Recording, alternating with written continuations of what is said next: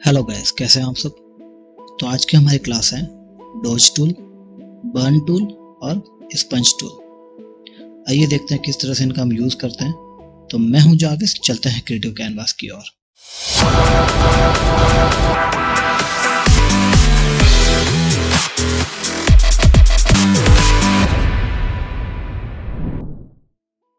तो ऑलरेडी मैंने इन टूल्स के लिए इमेजेस ड्रॉप कर रखी हैं। फर्स्ट इमेज है हमारी जो है डॉज टूल के लिए। तो आइए देखते हैं हम किस तरह से इसका यूज़ करते हैं। मैंने इन इमेजेस को इस ग्रुप में डाल रखा है जो आपको लेयर पैनल में दिखेगा।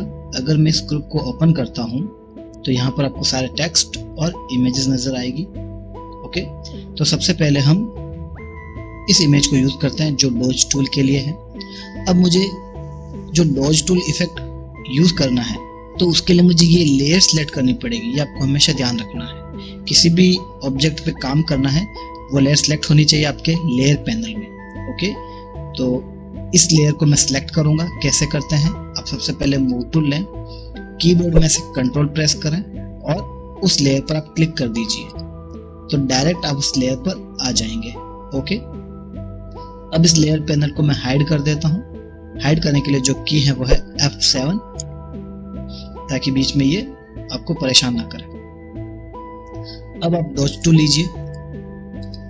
डॉज टूल लेने के बाद में इसका कुछ ब्रश इस तरह से आता है। लगभग सारे ब्रश ऐसे ही आते हैं। ब्रश को बड़ा छोटा करने के लिए जो ब्रैकेट्स हैं वो मैंने आपको बता रखे हैं, उसे बड़ा छोटा कर सकते हैं। ओके, ब्रश को बड़ा छोटा करने का मतलब ये है कि अगर कोई एरिया छोटा है तो छोटा ब्रश इजीली वहां पे मूव कर पाएंगे, और अगर कोई बड़ा एरिया आपको कवर करना है तो ब्रश को बड़ा कर लीजिए। ओके, चलो शुरू करते हैं। सबसे पहले मैं आपको ये समझा दूं कि डॉज टूल करता क्या है। डॉज टूल जो होता है, जो इमेज के अंदर जो चमक होती है, जो हाईलाइट वाला पार्ट होता है, उसको और हाईलाइट करता है। ओके, जैसे किस तरह से, जैसे यहाँ पर मैं थोड़ा जूम करता हूं। जैसे इस एरिया पर आपको लाइटनिंग नजर आ रही है ना।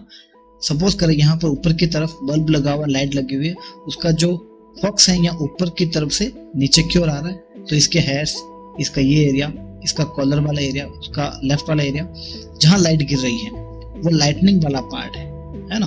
तो उसको आपको और मोर हाईलाइट करना है। तो आप क्या करें, उसके लिए डॉज टूल लें। मेरा जो ब्रश है मैं छोटा करता हूं और मुझे और हाईलाइट करना है तो उस एरिया पे इस तरह से आप रब करें।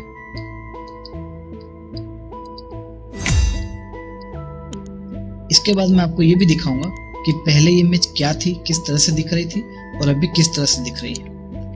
अब देखो क्या हो रहा है। मैंने सबसे पहले क्या 100% कर दिया था, तो उससे क्या हो रहा है, बहुत ज्यादा और एक्स्ट्रा वो हाईलाइट कर रहा है उस चीज को, उस एरिया को। जैसे मैं क्लिक कर रहा हूँ तो अब यहाँ पे आपको समझना ये है कि आपको ये जो फ्लो है, जो हाईलाइट करने का जो फ्लो है, डॉज का जो स्ट्रेंथ है, वो कितना रखना है, ज्यादा रखना है या कम रखना है। तो आप इसको 10, 20 अपने अकॉर्डिंग सेट कर सकते हैं, कितना भी सेट कर सकते हैं।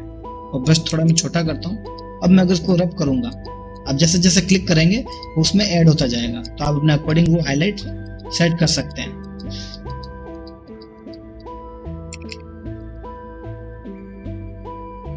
हैंड्स पे जहां पे भी हो रहा है, आपको लग रहा है कि यार यहाँ पर जो चमक है कम नजर आ रही है, ग्लो नहीं हो रहा है, तब उस चीज को ग्लो कर सकते हैं। जैसे ये पार्टिकल,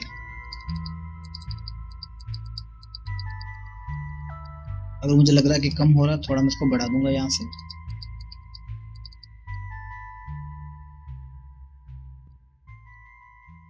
हेयर्स पे थोड़ा फ्लो कर दूंगा, यहाँ पे थोड़ा इस एरिया पे।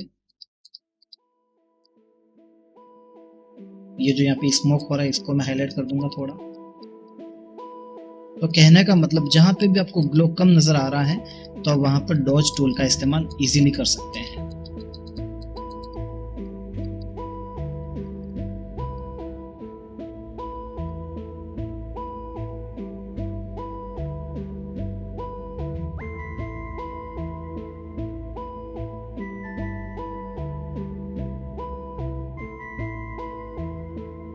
और ध्यान ये रखना है, जो शाइनी पार्ट होता है उसी पर ही आपको डॉज टूल यूज करना है। ओके, तो ये हमने इसको हाईलाइट किया। अब मुझे चेक करना कि यार पहले इमेज क्या थी और हमने इफेक्ट ऐड करके उसे क्या बना दिया है या कितना चेंज किया है। उसके लिए अब क्या करो, अगेन F7 की दबाओ, जिससे हमारा लेयर पैनल आ जाएगा। मैंने क्या किया था कि इस इमेज का 2 इमेज मैंने कॉपी कर लिए थे, है ना, 2 लेयर मैंने कॉपी कर ली थी। तो सबसे पहली वाली लेयर पे हमने इसको अप्लाई किया है। नीचे वाली जो लेयर है वो एज इट इज है, जो फर्स्ट हमने ड्रॉप की थी वही थी। तो इसकी जब मैं आई ऑफ करूंगा तब आपको आइडिया लगेगा कि हमने कितना चेंज किया है। तो इस तरह से आप आफ्टर बिफोर चेक कर सकते हैं।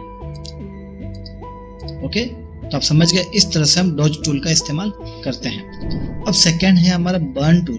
बर्न टूल क्या करता है, बर्न टूल यूज करने से पहले इस लेयर को हमें सिलेक्ट करना पड़ेगा। कैसे करते हैं, मूव टूल को सिलेक्ट कीजिए, कंट्रोल से इस लेयर पर क्लिक कीजिए तो डायरेक्ट आप इस लेयर पे आप आ जाएंगे, जंप कर जाएंगे।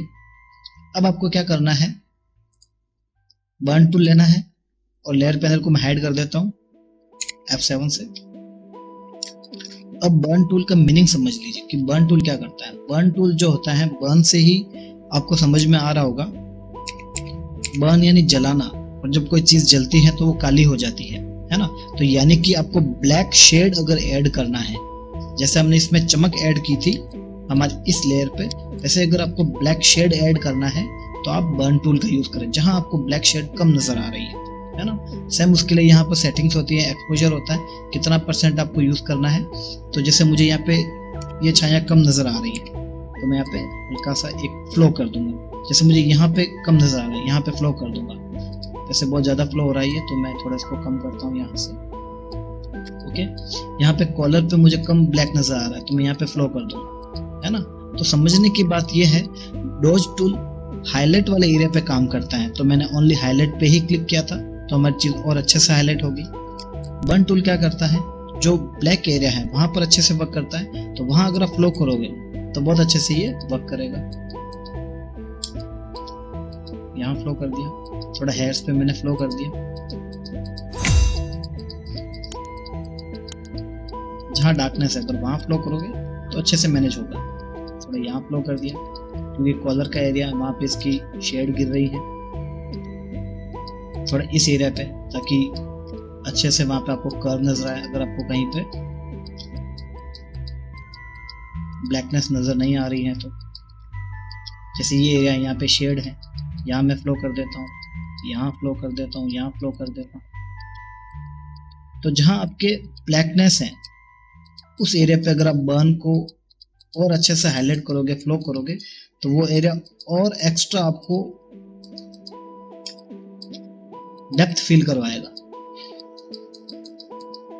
जैसे कट्स हैं इसके यहाँ पे ब्लैक पे, वाइट एरिया पे नहीं, ओनली ब्लैक पे। तो ये है, जैसे ये एरिया हो गया ब्लैक पे, आपने उसको फ्लो कर दिया, ये वाला एरिया हो गया, ये यहाँ पे ये वाला एरिया हो गया, ये यहाँ पे ये वाला एरिया हो गया, ये वाला एरिया हो गया,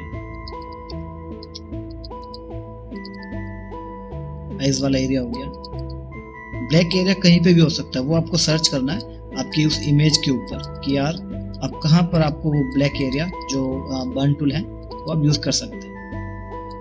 ओके, तो जैसे मैंने यहाँ पे फ्लो किया, अब मुझे इसको आफ्टर बिफोर चेक करना है कि पहले इमेज क्या थी और बाद में हमने क्या उसको बना दिया। तो अगेन F7 आप दबाएं। ये लेयर है जो हमने जिसपे इफेक्ट ऐड किया है, नीचे इसकी कॉपी है कि पहले क्या थी। तो मैं इसकी आई ऑफ करता हूँ तो आपको इजीली समझ में आएगा कि हमने किस तरह से इफेक्ट को ऐड किया है, राइट। तो इस तरह से आप बर्न टूल का यूज कर सकते हैं आपकी इमेज में, जहां पे भी आपको डार्कनेस कम नजर आ रही है। थर्ड टूल है हमारा स्पंज टूल। तो सबसे पहले हमें ये लेयर सेलेक्ट करनी पड़ेगी, जिसके लिए आप मूव टूल लीजिए, कंट्रोल से उस लेयर पर क्लिक कीजिए तो हमारी लेयर डायरेक्ट सेलेक्ट हो गई। अब F7 दबाता हूं मैं ताकि हमारा लेयर पैनल हाइड हो जाए। यहां पर आपको क्या करना है, स्पंज टूल लीजिए। अब स्पंज का मीनिंग यह है, डेली लाइफ में जो हमारे पास स्पंज होता है वो नॉर्मली पानी सोखता है ना। और यहाँ पे जो स्पंज है फोटोशॉप के अंदर वो आपके कलर को सोखता है। ओके, तो यहाँ पर आपको क्या करना है, अगेन यहाँ पे फ्लो है, कहीं पे एक्सपोजर लिखा होता है, कहीं पे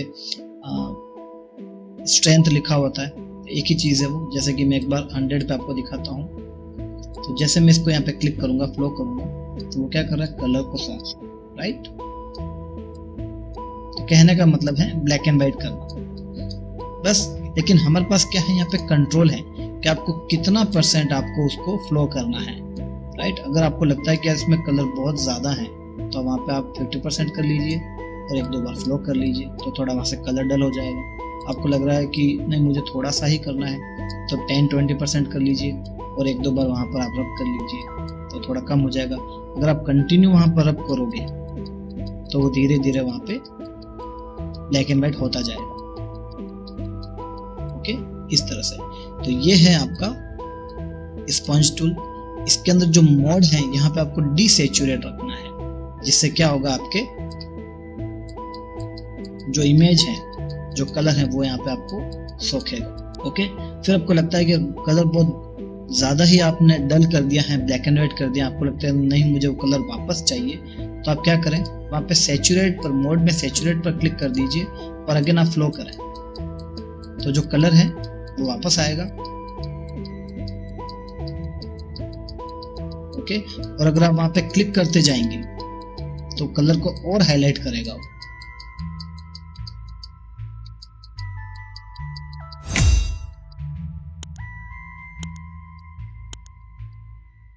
सैचुरेट का मतलब ये है कि अगर आपको कलरफुल वाले एरिया पे आप रब करोगे तो उस कलर को और हाईलाइट करेगा वो। ओके,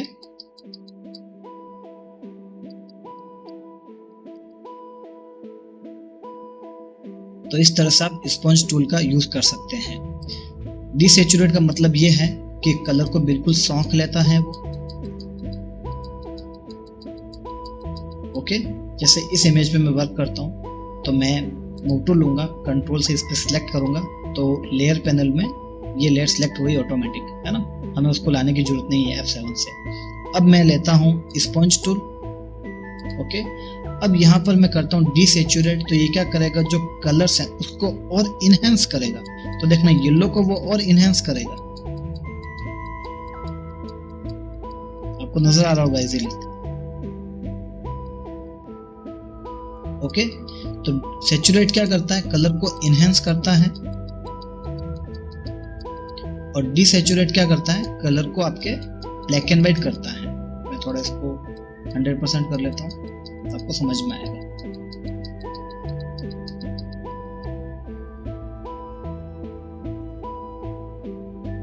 ओके गाइस, तो ये है हमारा स्पंज टूल। तो ये थी आज की हमारी क्लास को आप वॉच करें, अच्छे से समझें, और कोई भी आपका सवाल है तो मुझे कमेंट बॉक्स में शेयर करें। हमारी पिछली क्लासेस को देखें, वीडियोस को लाइक करें, वीडियोस को शेयर करें। तो मिलते हैं नेक्स्ट क्लास में। Stay tune, thank you so much, bye bye.